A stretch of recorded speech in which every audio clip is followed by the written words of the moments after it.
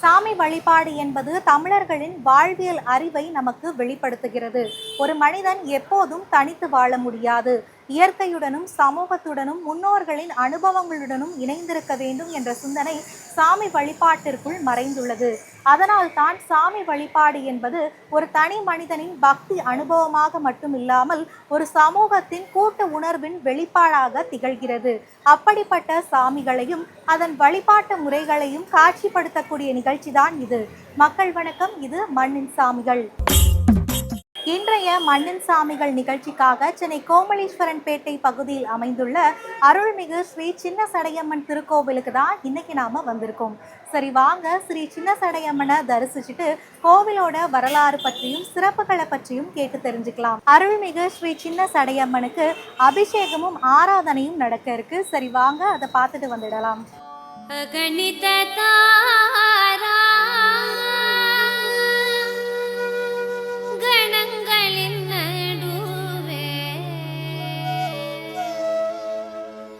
ಗಣಿತ ತಾರಾ ಗಣಗಳಿನ್ ನಡುವೆ ஆதிபராசக்தி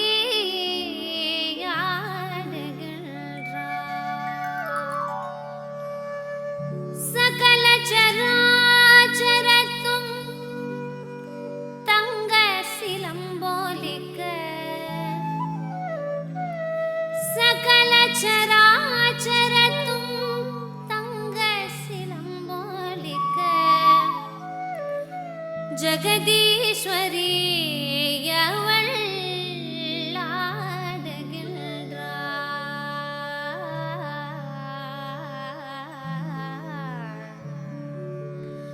ஆடுகின்றாள் சக்தி ஆடுகின்றாள் ஆடுகின்றாள் சக்தி ஆடுகின்றாள் ஆடுகின்றாள் சக்தி ஆடுகின்றாள் அகணித தாரா கணங்களின் நடுவே அகணித தாரா கணங்களின் நடுவே ஆதிபராசக்தி ஆடுகின்றாள் சகல சராச்சரத்தும் தங்க சிலம்போலிக்க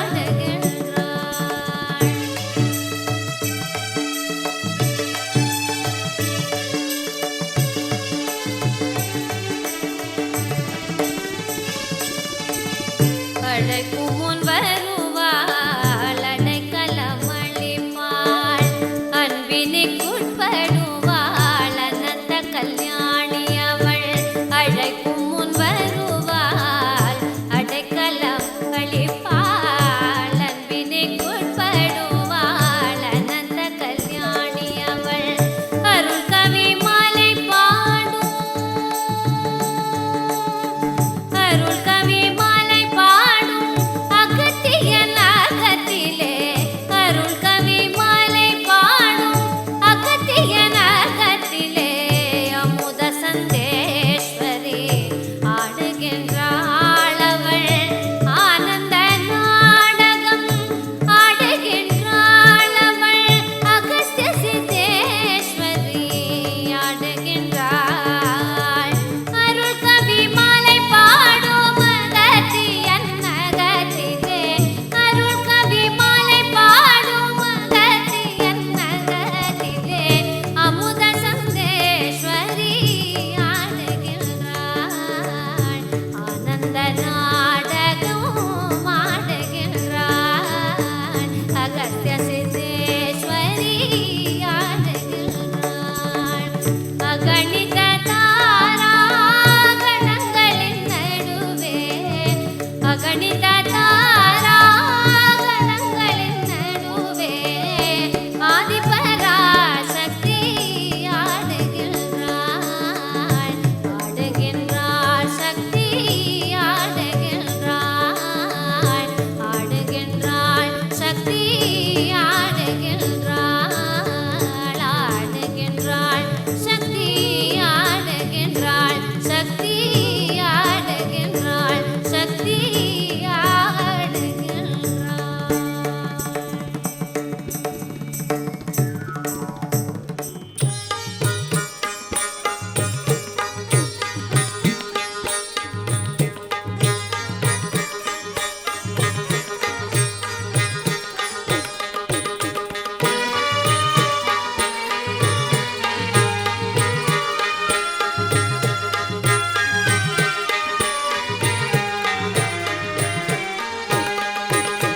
அருள்வாய் அங்கையர் கண்ணியே என் அன்னையே அருள்வாய் அங்கையர் கண்ணியே என் அன்னையே அருள்வாய் அங்கையர் கண்ணியே என் அன்னையே அருள்வாய் அங்கையர் கண்ணியே என் அன்னையே அருள்வாய் அங்கையர் கண்ணியே என் அன்னையே அருள்வாய் அங்கையர் கண்ணியே என் அன்னையே அருள்வாய் அங்கையர் கண்ணியே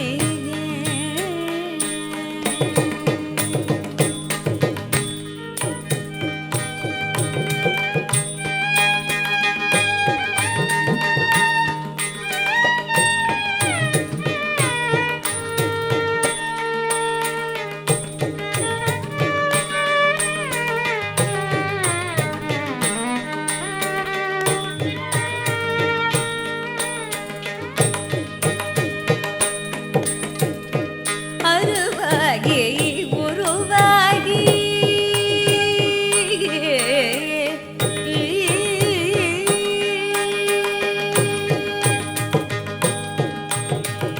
அருவாகி உருவாகி அகத்தில் எழும் பொருளாகி அருவாகி உருவாகி அகத்தில் எழும் பொருளாகி அருவாகி உருவாகி அகத்தில் எழும் பொருளாகி அருவாகி உருவாகி அகத்தில் எழும் பொருளாகி திருவென்ற தமிழில் தெள்ளமுத செல்வியே அருள்வாய் அங்கையர் கண்ணி அருவாகி உருவாகி அகத்தில் எழும் பொருளாகி திருவென்ற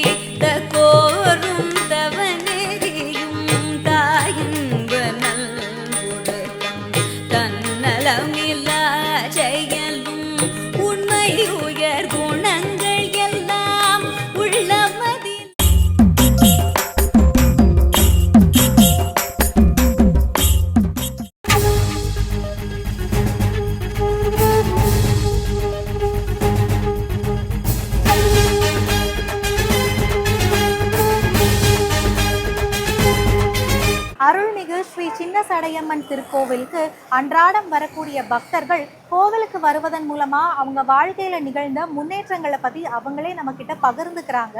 சரி வாங்க அது என்னன்னு கேட்டு தெரிஞ்சுக்கலாம். நல்ல சத்து உள்ள தாயே, நம்ம நினச்சதை நடத்தி கொடுப்பாங்க. அந்த அம்மா நல்லபடியாக வச்சுருப்பாங்க, நோய் நொடி இல்லாமல் நல்ல சுகமாக வச்சுருப்பாங்க அந்த அம்மா.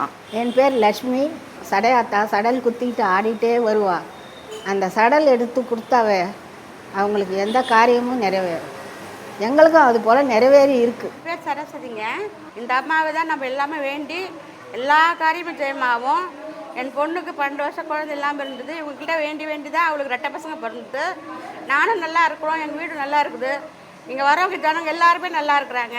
நாங்கள் எங்கள் புதுப்பேட்டையில் தான் இருக்கிறோம். என் பேர் மாதம்மாள். நாங்கள் வந்து ரொம்ப கஷ்டப்பட்டுட்டு இருந்தோம். எங்கள் வீட்டுக்காரர் கொஞ்ச நாள் வேலைலாம் வந்து அம்மாவை வந்து வேண்டி எங்களுக்கு அது நல்லபடியாக ஆயிடுச்சு. இன்னும் வேண்டுதல் வச்சுருக்கிறோம். கண்டிப்பாக நல்லபடியாக நடக்கும். எந்த குறையும் இல்லாமல் அம்மாவை வேணுனவங்களுக்கு எந்த குறையும் வைக்காமல் எதுவும் எந்த பிரச்சனையும் இல்லாமல் அம்மா சரி பண்ணி கொடுக்குவாங்க. நம்பிக்கையோடு வரலாம். இது எங்கள் குலதெய்வம். நாங்கள் வருஷம் எல்லாத்துலேயும் குழந்தையிலேருந்தே இந்த கோவிலுக்கு வந்துட்டு தான் இருக்கோம். இந்த கோவிலில் வந்து எந்த பிரார்த்தனை பண்ணாலுமே அது நம்ம மனசு திருப்தியாக நிறைவேறிடும். சென்னையில் இருக்கிற பாரம்பரியமான கோயிலில் இதுவும் ஒன்றுன்றாங்க. ஆடி மாதத்தில் ரொம்ப விசேஷமான கோயிலாக இதை எல்லாரும் பார்க்குறாங்க. நாங்கள் இந்த முறை ஃபஸ்ட்டு வந்திருக்கிறதால அடுத்து அடிக்கடிக்கு வருவோன்னு நினைக்கிறோம். அம்மாவை நம்பினவங்க எவ்வாறுமே இது போனதில்லை. கொஞ்சம் நினச்சாலும் ஓடி வந்துடுவாவோ. என் வாழ்க்கையில் நான் எவ்வளவோ தினம் வருவோம் நம்ம கோயிலுக்கு. நம்ம இங்கே தான் இருக்கிறோம், தினம் வருவோம் கோயிலுக்கு. அந்த அம்மாவை நம்பினவங்களுக்கு எந்த குறையும் வைக்க மாட்டான் அந்த அம்மா. தினம் வந்து அவங்கக்கிட்ட வந்து சொல்லிட்டு தான் கொஞ்சம் போகணும். நானும் என் தங்கச்சியும் போய் தான் நம்ம நல்லா இருக்கிறோம். என் பேர் வந்து விக்னேஷ். இந்த அம்மா எனக்கு சின்ன வயசுலேருந்து தெரியும். நான் ஃபுல்லாக வளர்ந்ததே இங்கே தான் சின்ன வயசுலேருந்து. வெள்ளிக்கிழமை ஆனாலே நீங்கள் வந்தீங்கனாலே தெரியும். இன்னும் இப்போ தான் புதுசாக கும்பாபிஷேகம் பண்ணியிருக்காங்க. 48 நாள் முடியல. நீங்கள் கன்ஃபார்மாக வர வேண்டிய ஒரு கோயில்னா சின்ன சடையம்மன் கோயில் தான். அம்மனுக்கு ஜனங்க தான் அதிகம். எங்கேருந்துலாம் வருவாங்கன்னு யாராலையும் சொல்ல முடியாது. ஆடி மாதம்லாம் எங்கெங்கேருந்தோ வருவாங்க. ஒவ்வொரு தேர் பார்க்கவும் அப்படி இருக்கும். லாஸ்ட் நாள் சனிக்கிழமை இந்த வருஷம் 8ஆம் தேதி 8ஆம் மாதம் 2026 இங்கே வந்து திருவிழா நடக்க போகுது. யாரெல்லாம் பார்க்குறீங்கோ தயவு செஞ்சு வாங்க அம்மன் கோயிலுக்கு. நீங்கள் வந்தால் நீங்கள் விடவே மாட்டீங்க அம்மனை. அவங்க உங்களை விடவே மாட்டாங்க. அந்த மாதிரி அவங்க எனக்கு தெரிஞ்ச வரைக்கும் அம்மா தான் எல்லாமே. வணக்கம், என் பேர் ராஜ்குமார். முக்கியமாக சொல்ல போனால் நான் வேலை செய்கிற இடத்துல என்னுடைய நண்பருக்கு கிட்டத்தட்ட ஒரு 6-7 வருஷமாக வந்து குழந்தை பாக்கியமே இல்லாமல் இருந்தது.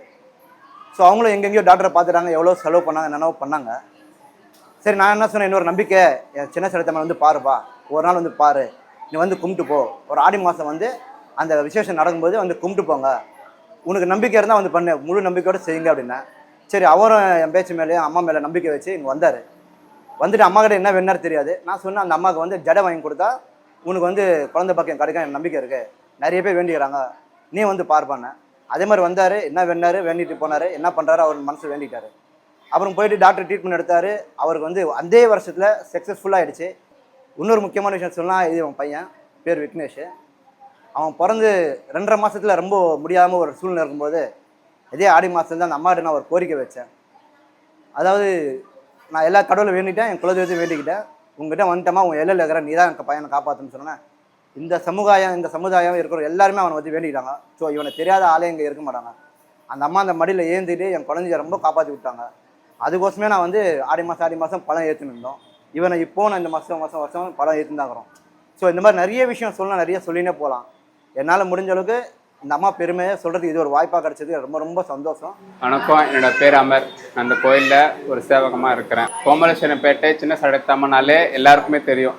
இது ஆதி காலத்துலேருந்து உருவான கோயில். சுயம்பா வந்தவாவோ ரேணுகா பரமேஸ்வரி. அப்படின்ற பட்சத்தில் வந்து இந்த அம்மா கிட்ட வந்து எந்த ஒரு விஷயத்தை நம்ம கோரிக்கை வச்சோம்னா ஆத்மாத்மா இருந்தோம்னா நடத்தி கொடுப்பா. நம்ம ஏதோ தேவைக்கு வந்தோம்னா அவளுக்கு நடத்தி கொடுத்துருவா. அதுக்கப்புறமா அதுக்குடைய விஷயத்தையே நம்ம புரிய வைப்பா. அப்படிப்பட்டவர் அந்த அம்பாள் வந்து தெய்வத்துக்கிட்ட எந்த தெய்வம் இருந்தாலும் சரி அந்த அம்பாளுக்கிட்ட வந்து உண்மையாக இருந்தால் மட்டும்தான் நீங்கள் காரியம் சாதிக்க முடியும். என் உயிரை காப்பாற்றுறவளே இவ தான். நான் படுக்க 1 வருஷம் படுத்தேன். ரத்த வாந்தி தான், டாக்டரே முடியவே இல்லைன்னு சொல்லிட்டாங்க. ஒரே வார்த்தை, கோயிலேருந்து தீர்த்தம் வந்து எனக்கு ஹாஸ்பிட்டலுக்கு, அந்த தீர்த்தம் மட்டும்தான் என் உடம்புல ஏறிச்சு. அதுக்கப்புறம் நான் அம்மாகிட்ட வந்து ஒரே வார்த்தை போட்டேன், எம்மா நீ எடுத்துக்கிறதும் திருப்பி இந்த பூமியில் வாழ வைக்கிறதும் உன் கையில் தான் இருக்குன்னு சொல்லிட்டு அந்த சாம்பலும் அந்த தீர்த்தம் தான் எனக்கு கொடுத்தாங்க. அதுலேருந்து இன்னை வரைக்கும் நான் மாத்திரை மருந்து எதையுமே எடுத்ததே கிடையாது. இன்னை வரைக்கும் இந்த உடம்பையும் பாதுகாப்பு, இந்த மக்களையும் பாதுகாக்கிறவோ இந்த சின்ன சடையத்தா மட்டும்தான். இந்த கோவில் சுமார் 1000 ஆண்டுகள் மேல வரலாறு கொண்டது. இந்த கோவிலோட தனி சிறப்பம்சம் என்னன்னா, சின்ன சடையம்மன் ஸ்ரீ சக்கரத்துல அமர்ந்து பக்தர்களுக்கு அருள் பாலிக்கிறாங்க. அது மட்டும் இல்லாம இந்த கோவில்ல இரட்டை தலை கொண்ட ராகு மற்றும் கேது அமைஞ்சிருக்கிறதால ராகு கேது தோஷம் இருக்கிறவங்க இந்த கோவிலுக்கு வந்து வழிபடுவதன் மூலமா ராகு கேது தோஷம் நீங்கி நன்மைகள் நடக்கும்னு பக்தர்களால பெரிதும் நம்பப்படுது. அருள்மிகு ஸ்ரீ சின்ன சடையம்மன் திருக்கோவிலோட அர்ச்சகர் அவர்கள் கோவிலோட வரலாறு பற்றியும் சிறப்புகளை பற்றியும் நம்ம கிட்ட விவரிக்கிறாரு. சரி வாங்க அது என்னன்னு கேட்டு தெரிஞ்சுக்கலாம். அருள்மிகு ஸ்ரீ கோமலீஸ்வரம்பேட்டையில் உள்ள 30 LG ரோடில் அமைந்துள்ள ஸ்ரீ சின்ன சடையம்மன் திருக்கோயில். இக்கோயில் பழமையானது. 1000 வருடத்திற்கு மேல் பழமையான கோவில். முதல்ல தீ மிதிப்பு, பழங்குத்துறது இதெல்லாம் உருவான ஸ்தலம் இது. புதையச்ச ராகு, சனியச்ச கேத்து. பொதுவாக ராகு கேத்துக்கு பரிகாரம் பண்ணால் திருக்காலாஸ்திரி போவாங்க, திருநாகேஸ்வரம் போவாங்க. அந்த ராகுவும் கேத்துவும் பரிகாரம் பண்ண ஸ்தலம் இது. அம்பாள் 8 கால் மண்டபத்தில் அம்பாள் குடியிருக்கா. அம்பாள் வந்து சுயம்பு விக்கிரகம். இங்கே வந்து கோமலேஸ்வரம்பேட்டில் 5 திக்குக்கு 5 விதமான குணங்களோடு அம்பாள் அமைஞ்சா. 5 விதமான சடையம்மன் கோயில். பெரியவ வந்து பெரிய சடையம்மன், திருச்சடையம்மன், சின்ன சடையம்மன், 5வதா இந்த சின்ன சடையம்மன், கடைசியிலவோ சின்னவோ கடைசியிலவோ. இவங்க 5ல் வந்து பெரிய சடையம்மன்றது கண்ணாஸ்பத்திரி பக்கத்தில் நியர்பையில் இருக்காங்க. கடைசியிலவோ இவோ ரொம்ப பிரதீட்சம். இங்கே வந்து 5 விதமான குணங்கள். பெரியவளுக்கு தன சஞ்சார குணம் உண்டு. இவளுக்கு வந்து மக்கள் சஞ்சாரம் கொண்டு மக்களை செல்வாக்கு உள்ள மக்களை படம் நடத்துறதும் அதிகார இது போன்ற விதங்களை வந்து அம்பாள் நடத்தின்றான். இந்த கோவிலுடைய ஸ்தலம் என்ன அப்படின்னா, இந்த கோவிலுக்கு யாரெல்லாம் குழந்தை பாக்கியம் இல்லாத வராங்களோ அவங்களுக்கெல்லாம் குழந்தை பாக்கியம் இந்த கோவிலில் கண்டிப்பாக கிடைச்சிடும். அதே மாதிரி முடியாத பிரச்சனைகளுக்கு வந்தால் கூட இங்கு நிறைவேறும். அதற்கான வழிமுறைகள் இந்த கோவிலில் உண்டு. அம்பாள் வந்து பிரத்யக்ஷ தேவதை. எல்லாம் வந்து தெற்கெல்லாம் வந்து சித்திர திருவிழா நடக்கும். இங்கே வந்து ஆடி திருவிழா ரொம்ப பிரம்மாண்டமாக நடக்கும். சிட்டியிலேயே 16 நாள் நடக்கக்கூடிய திருவிழா இங்கே தான். 16 கம்யூனிட்டி வைஸ் உற்சவமும் எங்கேயுமே கிடையாது. அதுவும் முதல்ல உருவான கோவிலும் இதுதான். இங்கே வந்து அம்பாள் சுயம்புவாக இருக்கிறதுனால அம்பாள் வந்து பிரத்யக்ஷ தேவதை. அதனால் அங்கே வந்து நாள்தோறும் ஒவ்வொரு விதமான பூஜைகள் நடக்கும். எப்படி மைசூரில் சாமுண்டீஸ்வரியோ அதே மாதிரி இங்கே நவராத்திரி பூஜைகளும் நடக்கும். அதே மாதிரி அம்பாளுக்கு வந்து எந்த விதமான பரிகாரங்களுக்கும் எந்த விதமான சேத்திரங்களுக்கும் போனால் பரிகாரம் பண்ணால் தான் பலன். ஆனால் நம்ம அம்பாளை கண்ணால் பார்த்தாலே ராகுனாலையும் கேத்துனாலையும் உள்ள தோஷங்கள் நிவர்த்தி ஆகும். சடையன்ற பூசாரி வகைரா பண்ணதுனால இதுக்கு சடையம்மன் கோவில்னு பேர். பெரியவன் பண்ணதுனால அதுக்கு பெரிய சடையம்மன், சின்னம்மன் பண்ணதுனால சின்ன சடையம்மன். இந்த அம்பாள் வந்து இந்த ஊருடைய கிராம தேவதை. இந்த கிராமத்துக்கு வந்து அவள் தான் அதிபதி. இந்த கிராமங்களுக்கு வந்து கிராம தேவதை இருப்பாங்க. பொதுவாக கிராமத்துடைய எல்லை தேவதை வந்து பலமாக இருந்தால் அந்த கிராமத்துக்குள்ளே எதுவும் கெட்டது நடக்காது. பொதுவாக இந்த கிராமத்துக்குள்ளே பொறுத்த வரைக்கும் ஆடி மாதம் காப்பு கட்டுவாங்க. 3வது வாரம் வெள்ளிக்கிழமை காப்பு கட்டுவாங்க. 4வது வாரம் சனிக்கிழமை பழங்குத்துவாங்க. 16 நாள் ஒவ்வொரு உற்சவம் நடக்கும். இதில் வந்து 9ஆம் நாள் உற்சவம் மிக சிறப்பு. பொதுவாக வந்து எல்லா சுவாமிக்கும் செவ்வாய், வெள்ளி, ஞாயிறு இந்த 3 நாள் தான் பிரம்மாண்டமாக நடத்துவாங்க.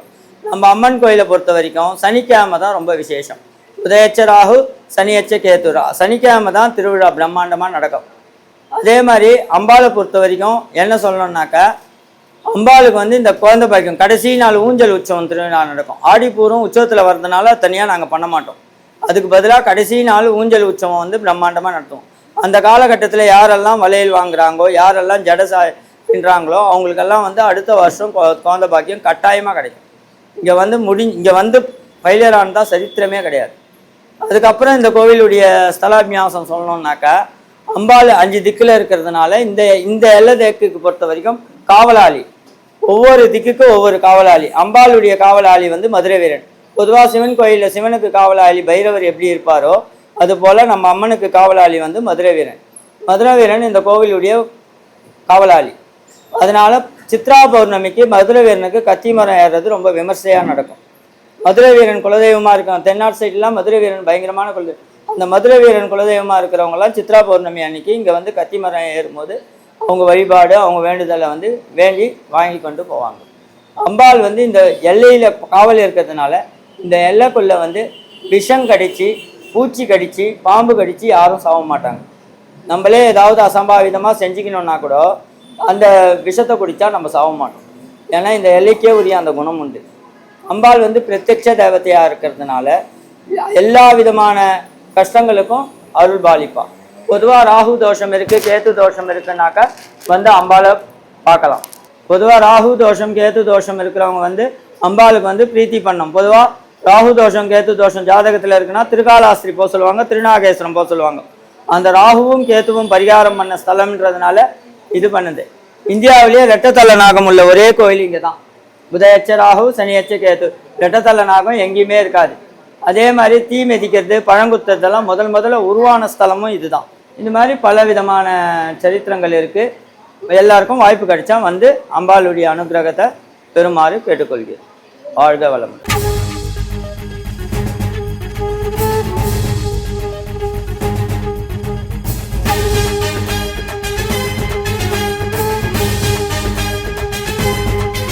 இன்றைய மண்ணின் சாமிகள் நிகழ்ச்சிக்காக சென்னை கோமலேஸ்வரன்பேட்டை பகுதியை சேர்ந்த அருள்மிகு ஸ்ரீ சின்ன சடையம்மன் திருக்கோவிலுக்கு தான் நம்ம வந்திருந்தோம். வந்ததும் அம்மனை தரிசிச்சோம். அதுக்கப்புறம் அருள்மிகு ஸ்ரீ சின்ன சடையம்மனுக்கு அபிஷேகமும் ஆராதனையும் நடந்துச்சு, அதையும் தரிசிச்சோம். அதுக்கப்புறம் கோவிலுக்கு அன்றாடம் வரக்கூடிய பக்தர்கள் கோவிலுக்கு வருவதன் மூலமா அவங்க வாழ்க்கையில நிகழ்ந்த முன்னேற்றங்களை பத்தி அவங்களே நம்ம கிட்ட பகிர்ந்துக்கிட்டாங்க. அதையும் என்னன்னு கேட்டு தெரிஞ்சுக்கிட்டோம். அதற்கு பின்னர் கோவிலோட அர்ச்சகர் அவர்கள் கோவிலோட வரலாறு பற்றியும் சிறப்புகளை பற்றியும் நம்ம கிட்ட விளக்கி சொன்னாரு. அதையும் என்னன்னு கேட்டு தெரிஞ்சுக்கிட்டோம். நீங்களும் அருள்மிகு ஸ்ரீ சின்ன சடையம்மன் திருக்கோவிலுக்கு வந்து அம்மனை வழிபட்டு அருள் பெறுங்க. மீண்டும் இது போன்ற ஒரு நிகழ்ச்சியில் சந்திப்போம். அதுவரை உங்களிடமிருந்து விடை பெறுவது பிரீத்தி. நன்றி, வணக்கம்.